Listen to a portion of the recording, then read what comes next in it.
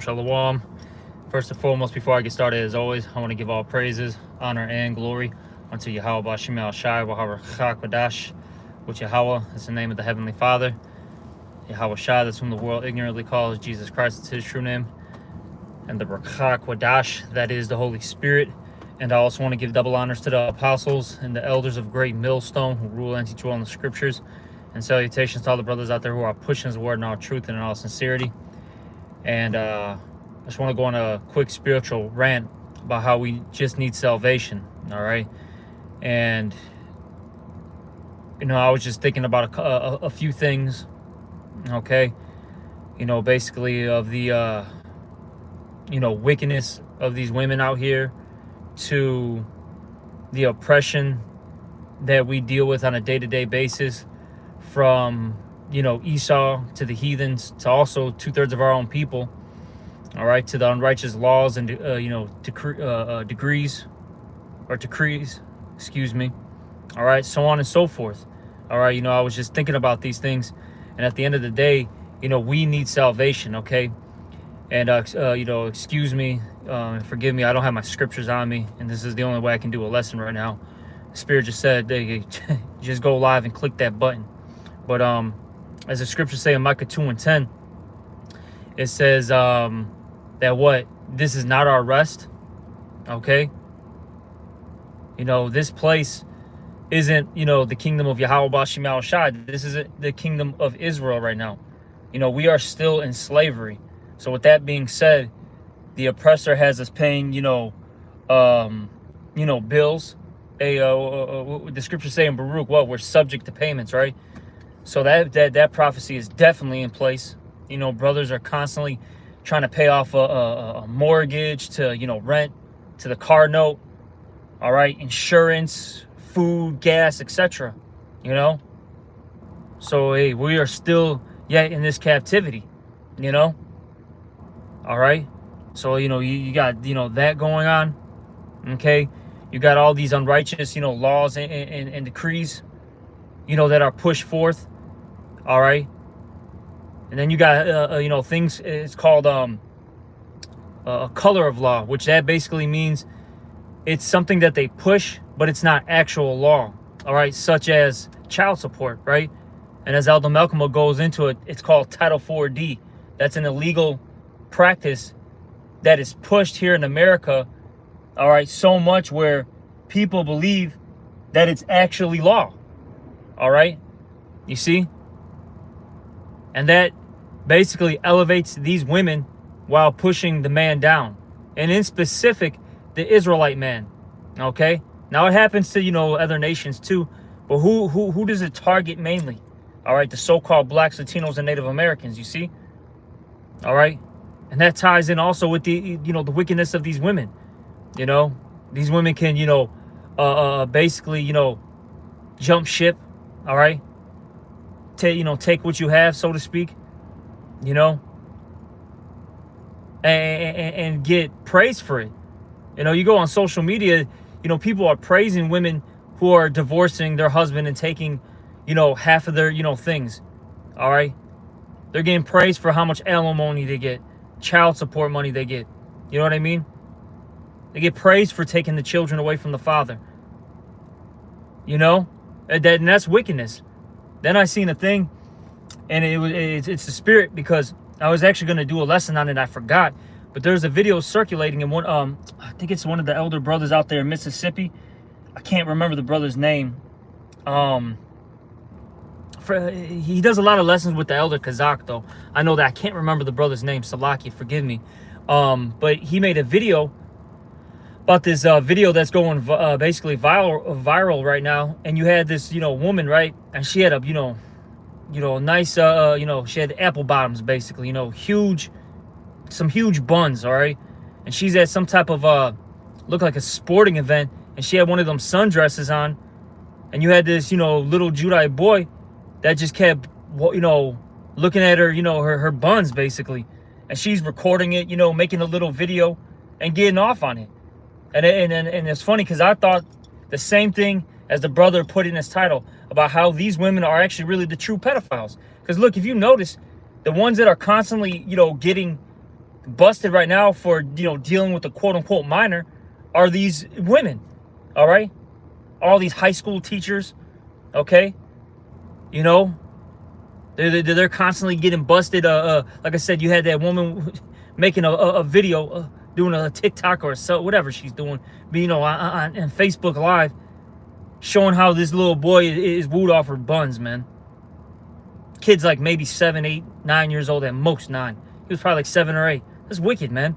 And this is all just getting played out. But as the scriptures say, all right, I'm gonna quote 2 Ezra 15. I believe it's 5 and 6.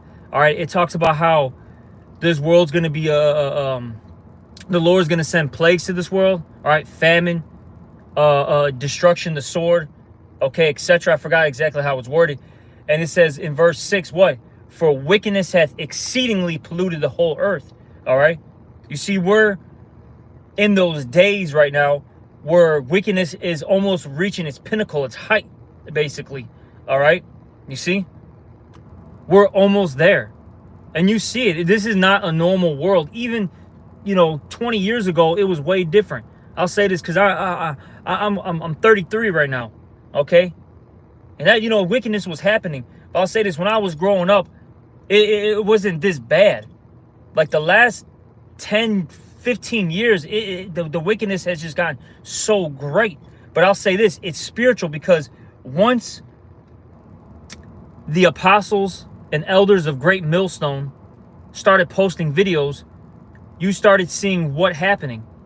The rise of the nation of Israel. You started seeing, the fulfillment of Ezekiel, I believe the 37th chapter, about how the dry bones, how they're going to, stand up, they're going to get their, basically their skin back on them, basically the breath of life as well. You see that it talks about it was an army that righteous spiritual army started getting raised up. And with that being said, the left-hand side started pushing wickedness more and more and more. And now you're seeing a battle of good versus evil. Okay, that's Sirach, the 33rd chapter. It talks about how good is set against evil. All right, 2 and 2. Okay, are set against one another. All right. As we continue to get more into this wisdom, all right, more into righteousness, you're gonna see more wickedness, all right, get pushed forth out here. All right, which I'll say this, it's a good thing, because as I quoted that 2 Ezra, the 15th chapter, before those plagues, all right, before the judgment basically of Yahweh B'Shem Yahushua comes, all right, wickedness must, exceedingly pollute the whole earth. These things must occur. That's when the Lord can say, look, the judgment is now, and it's right. Okay, but while we're dealing with, these things on a day-to-day basis, we're vexed like a righteous Lot, as it says in what, 2 Peter, the what is that? I think it's 2 Peter. It's in one of the Peters. Maybe it's 1 Peter. I forget where it's at. Like I said, I don't got my scriptures on me. I know it's in the book of Peter, though. It says that it talks about how the righteous Lot was vexed with the filthy conversation of the wicked. And that's not just going into their actual conversation, what they talk about. When you go into that word, it goes into anastrophe. All right, that's the Greek word for it. And the definition is their conduct. That's one of the definitions. All right, basically their deeds, what they do. It's very vexating. Okay.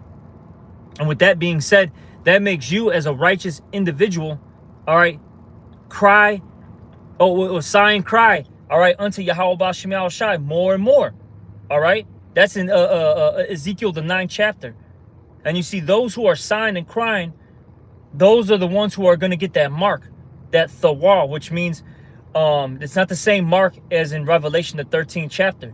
This mark in the Hebrew goes into the word thawal, which means exempt from the judgment of Yahweh B'Shem Yahushua, meaning these people are set aside, okay, not to be destroyed, not to get, one of the 4 sword judgments, you see?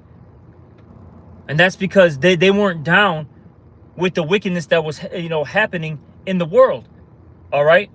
You see? Because if you're a real righteous individual, you would be praying and crying out to Yahweh Shem Shai every day to get you out of this, to get your brothers out of this, all right? To get the elect out of here, hey, the righteous, women, the righteous children, for us to get out of here, because this is not it, man. This is hell. Hey, even Marvin Gaye said this. This ain't living, man. And that was done in what, the 1970s? When he made that song. So how much more now in 2024? All right, where wickedness is growing, that evil seed has grown more and more and more. Okay. Oh my God, I just thought about this. You can't. Hey, the brother even, hey man, you know what? That's the spirit, because the brother has a new job and he had to go through, in the orientation, and they talked about sexual harassment, right? If you say the wrong pronoun at this brother's job, all right, and these people are weird as hell with these pronouns nowadays, that can be sexual harassment. That's what they said at his job. That's how wicked this world is. You got to sit here and call a man a she, or you got to call a woman a they them. Oh, I'm gender fluid. One day I feel more like a he, all right, and then other days I feel like a her. Complete madness, man. And this is why this world has to be destroyed. This world is literally bizarro world. It's flipped upside down. We need the Lord to flip things right side up. We need it. Because if not, look, as the scriptures say, no flesh shall be saved. If Esau continues ruling, all right, you will die by, warfare. If you don't die by warfare, you'll die by the poisons that they put in the food. If you don't die by that, you'll die by some type of sexual transmitted disease. Because you gotta remember too, man, these people are freaks. You might deal with a woman, right? But she's been dealing with guys that deal with guys, or she deals with girls. You know what I'm saying? She deals with women. She might deal with a lady boy, as they say in Thailand. You know what I'm saying? And people who are into that sodomite lifestyle, or should I say death style? Okay, that's what I should really say. They have a high level of sexually transmitted diseases, man. And then that can hit you. See, this place is all messed up. We got to get out of here. This is why, as I entitled the lesson, we just need salvation. That's it. There's nothing else that we need. This place has nothing to offer you. It's polluted. As I mentioned that Micah 2:10, it talks about how this world is not your rest. It's polluted. And it shall destroy you with the sword of destruction. This place is polluted. It's full of unrighteousness and infirmities, as the scriptures say. This is a terrible society to live in. This is a terrible society that we live in. And we're in the worst of the worst. We're in Babylon the Great, all right, which is America. Out of all the places you can live in, this right here is the worst, okay? And of course, the whole world is terrible, but this place, it's the worst, man. It gives you a bunch of smoke and mirrors, false hopes. You don't even eat real food. Nothing's real in this place. Clothes aren't real. Women aren't real. Men aren't real. It's all messed up. It is all messed up in this place, man. Hey, but as the scriptures say, the Lord said, "Wait, behold, I come quickly." The Lord's coming quickly. All right, best believe that. Because look, one thing I like to mention from time to time is you have to remember that Yahweh Shem Shai's time frame is different than ours. You got to remember 1,000 years to us is only one day, to the heavens time frame. All right, so it's really not that long. So the Lord is coming quickly. But I'll say this, we are in those last days of the last days, where we're at the final countdown, It's only a matter of time before, the Lord, comes in, man, with the fathership. All right. And he's going to take all these crowns. He make it war, man. You know, he's righteous and he's true. All right. And that's what we're waiting for. We're waiting for the return of Yahushua, because once Yahushua comes back, two things occur at the same time. It's simultaneously. Destruction, you know, for the wicked, and salvation for the righteous. You see? These things happen simultaneously. So it's going to be a beautiful, you know, day for the righteous once Yahushua comes back. And it's going to be a day of evil once Yahushua comes back for the wicked, you know? But I'll say this. Before any good can occur, much evil, much destruction must happen. That's 2nd Ezra, the 4th chapter. It talks about that. As it says in the book of Ezekiel, what? This place has to be overturned, overturned, overturned. All right? You see? That's what must occur first before, you know, a place where all good things dwell pops up. All right? Where real peace and tranquility occurs for us. You know? As it says in what is Revelation, the 21st chapter, it says there's going to be no more tears, you know, no more agony, sorrows, no more death, all right, for the nation of Israel. You know, that's what's coming once Yahushua makes his second return, you know. But I'll say this, it's, you know, we have to be patient, okay, and wait upon me, saith the Lord. Vengeance is mine, saith the Lord, I will repay. You know, that's what Yahweh Shema Shai said. So while we're waiting, we have to continue to, of course, pray, you know, sigh and cry to the Lord, ask for strength, guidance, okay, and continue to do this work. Make videos, read, what else? You know, go to classes, teach, you know, go out there on the highways and byways, do what you got to do. And I'll say this, the things you are doing are impacting this world, best believe, all right? Because this world, it's changing. And I'll say this, those prophecies that the Lord talks about throughout the Bible, they're happening right now. 2nd Ezra, the 15th chapter again, all right? The Lord said he's going to, behold, speak the words of prophecy to my people, which I shall put in thy mouth, which the Lord is doing, okay? And it says, basically write them down, for they are faithful and true. See, these things are faithful and true. Look, World War III is basically here. We're at the beginning stages of it, you know, and that's going to lead to the push of the mark of the, you know, the beast, Revelation 13 and 16. And once that gets fully implemented, okay, that's when Yahushua comes back, because that's the hour of temptation. Once that becomes mandatory worldwide, all right, well, you don't have a choice. Either you're taking this or you get, you know, put on the chopping block, right? Once that occurs, it's over. Game over for Esau, Edom. All right, that Job 20, you know, gets put into place. All right, where he's got to vomit all those riches that he swallowed down. Okay, talks about the nuclear destruction. Talks about how the earth is going to rise up against them. This is the portion of a wicked man, as it says. And look, all that evil that he's sown, he's going to have to reap it. And he's going to have to swallow it down. All right? And that's what we're looking forward to. You know, we're the ones who are in power. We're the ones who are calling the shots. All right? But, you know, I'm going to end this lesson. You know, it's just a quick spiritual rant. Like I said, Salaki, I don't have my scriptures. Hopefully, you know, whoever was listening was, you know, still edified, all right, by this video. And, you know, just keep pushing, you know, brothers and sisters, you know, we're almost out of here, okay? Just a little more time. Don't let this world bring you down. Now, you're still going to go through trials and tribulations and afflictions, but don't allow these things to bring you down where you fall out this truth, okay?